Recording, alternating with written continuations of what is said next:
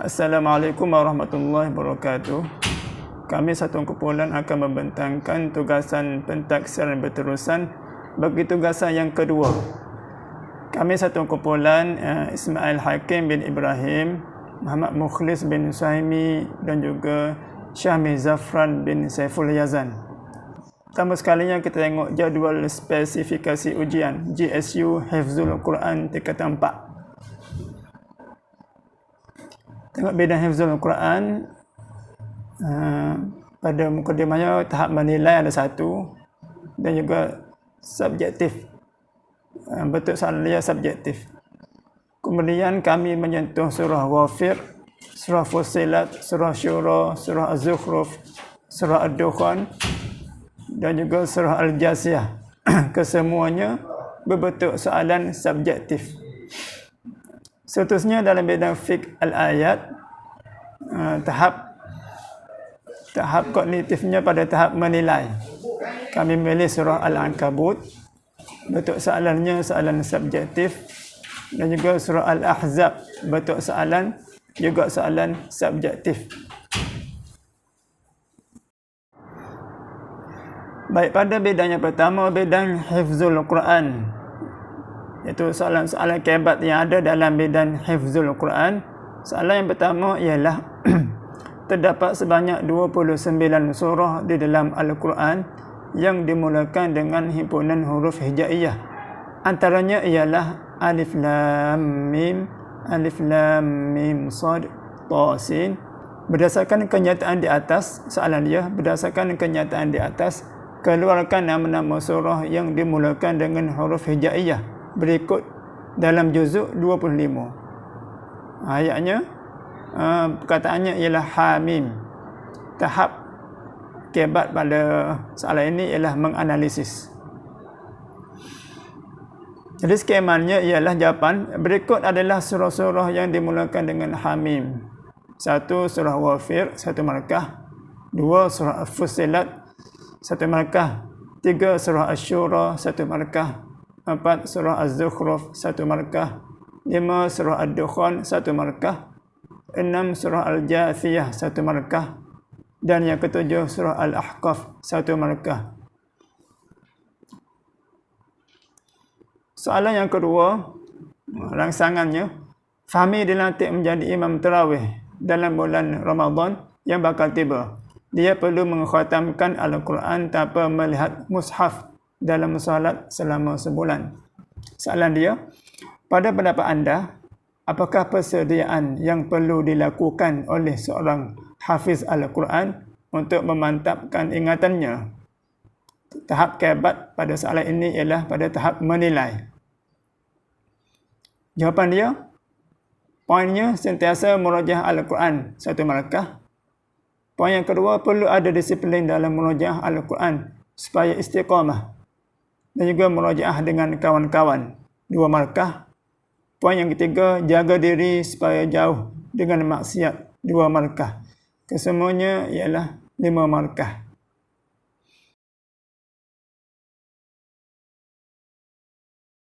Bismillahirrahmanirrahim. Khususnya soalan-soalan yang berkaitan dengan hifzul Quran dalam bidang fiqhul ayat. Soalan yang pertama adalah berdasarkan penyataan ayat yang di atas, Inna salata tanha 'anil fahsya'i wal munkar. Berdasarkan penyataan di atas, mengapakah ramai orang yang bersolat tetapi masih melakukan kemungkaran? Jadi soalannya, huraikan hujah anda untuk menyokong pernyataan di atas, dan tahapnya adalah tahap menilai. Baik, jawapan bagi soalan tadi ialah poin yang pertama, solat yang dilakukan tidak khusyuk, tidak sempurna, tiada penghayatan. Poin yang kedua, menyebabkan mereka mudah digoda oleh syaitan, 1 markah, untuk melakukan kemungkaran, 1 markah. Poin yang terakhir, kesimpulan, oleh itu, solat yang dilakukan dengan sempurna dan penuh penghayatan semestinya dapat mencegah kemungkaran, 1 markah. Pepatah Melayu mengatakan manusia hanya mampu merancang, Tuhan yang menentukan. berkaitan dengan ayat yang sebelah tu. Jadi soalannya, berdasarkan pernyataan di atas, kemukakan pendapat anda berkaitan dengan kekuasaan Allah Subhanahu Wa Taala. Jadi tahapnya adalah tahap menilai. Okey, jawapan bagi soalan tadi ialah manusia adalah makhluk Allah Subhanahu Wa Taala yang lemah satu markah, tidak mampu untuk menentukan sesuatu perkara. Dua markah. Markah yang kedua, sebaliknya manusia memerlukan kepada pertolongan Allah Subhanahu Wa Taala yang Maha mengetahui dan Maha berkuasa atas setiap sesuatu. Kerana Allah Subhanahu Wa Taala menentukan sesuatu perkara. Markah yang ketiga, kesimpulannya, kita hendaklah beriman dengan sifat-sifat kesempurnaan Allah Subhanahu Wa Taala agar kita sentiasa bergantung kepada Allah Subhanahu Wa Taala dalam hidup kita. Markah yang keempat, semua sekali 4 markah bagi soalan ini. Okey, kita sudah selesai GSU dan juga soalan-soalan kebat bagi mata pelajaran Hifzul Quran tingkat 4. Sekarang kita beralih pula kepada GSU mata pelajaran Maharatul Quran tingkat 4. Bagi soalan pertama dalam bidang tilawah ini, soalannya pada bab mukaddimah, lebih kurang mukaddimah dalam bidang tilawah. Soalan arasnya menilai dan berbentuk subjektif. Bagi bidang yang kedua iaitu bidang tajwid, soalan yang pertama ialah arasnya mengaplikasi. Soalan pada bab 4.2 menerangkan faedah-faedah mengenali sifat huruf. Soalan berbentuk subjektif dan arasnya mengaplikasi. Bagi soalan kedua dalam bidang tajwid, yang kelima, nombor 5 tu, aksam sifatul huruf, pembahagian sifat-sifat huruf. Soalan arasnya menilai dan bentuk soalan ialah subjektif. Bagi bidang qiraat pula, kami ada buat berapa soalan ni? 2 soalan. Soalan yang pertama tentang muqaddimah ilmu qiraat, arasnya mengaplikasi dan bentuk soalan ialah subjektif. Soalan yang kedua menyentuh tentang mim jamak bagi riwayat qalun. Soalannya ialah aras menilai dan juga bentuk soalan ialah subjektif. Itu sedikit pengenalan tentang GSU dan soalan-soalan kebat bagi mata pelajaran Maharatul Quran tingkat 4. Seterusnya mari kita tengok soalan-soalan kebat yang telah kami bincang dan kami buat. Bismillahirrahmanirrahim.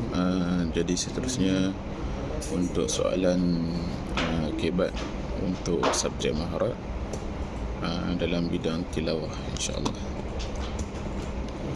Jadi soalan dia adalah Hafiz ialah seorang penghafaz Al-Quran dan mendapat tawaran menjadi imam tarawih di masjid kawasannya pada 25 Sya'ban, dan dia mempunyai kerisauan untuk membuat persediaan mengingati dan penggunaan tingkat bacaan ketika menjadi imam.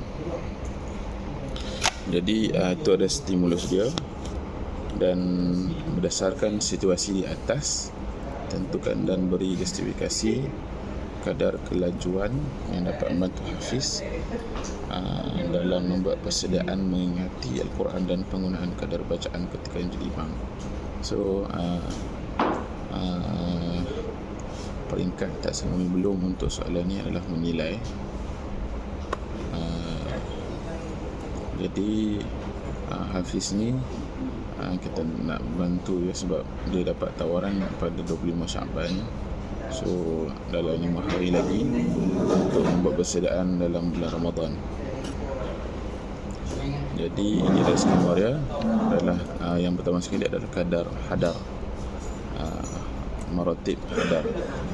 Sebab apa? Kerana bacaan hadar, peringkat bacaan yang laju, tapi masih menjaga hukum tajwid, dan kadar maratib hadar ni juga sesuai kerana tidak memakan masa yang lama untuk dalam pembacaan Al-Quran, dan kita perlukan sebanyak 3 markah dalam soalan ni, untuk jawapan ni. Kemudian kadar tadbir. Kadar tadbir adalah sebab apa? Sebab bacaan yang sederhana, tidak terlalu laju atau lambat dan sesuai bacaan di dalam solat. So hadar ni kita guna dalam pengulangan ataupun murajaah, dan tadbir digunakan ketika mengendalikan sembahyang. Itu sahaja. Seterusnya adalah maharat Quran, soalan-soalan kebak kaitan dengan bidang tajwid. Baik, soalannya adalah mempelajari ilmu tajwid adalah fardu kifayah, manakala membaca Al-Quran dengan betul adalah fardu ain. Itu dia punya pernyataan dia. Pada pendapat anda, sejauh manakah pelajar yang mengetahui sifat-sifat huruf boleh membantunya untuk membaca Al-Quran dengan betul? Maksudnya, bagaimana orang pelajar yang tahu sifat huruf boleh membantu dia untuk belajar Quran dengan betul, baca Quran dengan betul. Maksudnya kesan tidak tahu sifat huruf dengan baca Quran betul ataupun salah. Baik, tahapnya ada tahap mengaplikasi. Okey, jawapan ataupun skema bagi soalan tadi ialah poin yang pertama, dapat membezakan makhraj huruf yang sama, 2 markah. Poin yang kedua, mengetahui huruf yang kuat dan huruf yang lemah, 2 markah. Dan yang ketiga, memperelokkan sebutan huruf-huruf dengan menyempurnakan sifat-sifat huruf, 2 markah. Semua sekali 6 markah bagi soalan ini. Baik, seterusnya bagi bidang yang terakhir dalam maharatul Quran, iaitu bidang qiraat. Kita tengok soalan-soalan kebat dalam bidang qiraat. Yang pertama, soalan 1, tengok gambar rajah tersebut. Gambar rajah tersebut menceritakan tentang faedah-faedah mempelajari ilmu qiraat. Ini jadi bahan rasangan lah. Bahan rasangannya, antara faedah mempelajari ilmu qiraat ialah dapat menjaga kalimah Al-Quran daripada penyelewengan dan pengubahsuaian. Soalannya ialah, sebagai penuntut ilmu qiraat, bagaimana anda dapat menjaga dan memelihara kalimah Al-Quran daripada penyelewengan dan pengubahsuaian? Tahap bagi soalan ini ialah tahap mengaplikasi. Skemanya ialah, poin yang pertama, menuntut ilmu Al-Quran melalui sanad yang sahih, 2 markah. Yang kedua, mengingati setiap khilaf dalam qiraat beserta dalil-dalilnya, 2 markah. Tengok soalan yang kedua. Soalan ni bahan rasangannya kata Imam Asy-Syatibi. Matan dia lah. Wa ma ba'da hamzin thabitin aw mughayyarin fa qasrun wa qad yurwa li warashin mutawwala wa min qabl hamzil qat'i silha li warashihim wa askanaha al-baquna ba'du litakmula. Soalan dia berdasarkan gambar berikut. Terangkan perbezaan antara silah mim jamak bagi Imam Nafi' dan Ibnu Katsir. Soalan ini tahapnya menganalisis. Jawapan atau skema bagi soalan ini, poin yang pertama, rumus dal dalam matan iaitu Imam Ibn Katsir membaca silah mim jamak tanpa khilaf, 2 markah. Rumus ba iaitu qalun membaca silah mim jamak dengan khilaf, 2 markah. Warsh pula membaca silah mim jamak dengan kadar 6 harakat dengan syarat mim jamak bertemu dengan hamzah qata', 2 markah. Baik, itu sahaja pembentangan daripada kumpulan kami menyentuh tentang GSU dan juga soalan kebat bagi mata pelajaran Hifzul Quran dan Maharatul Quran tingkatan 4. Sekian, terima kasih. Assalamualaikum warahmatullahi wabarakatuh.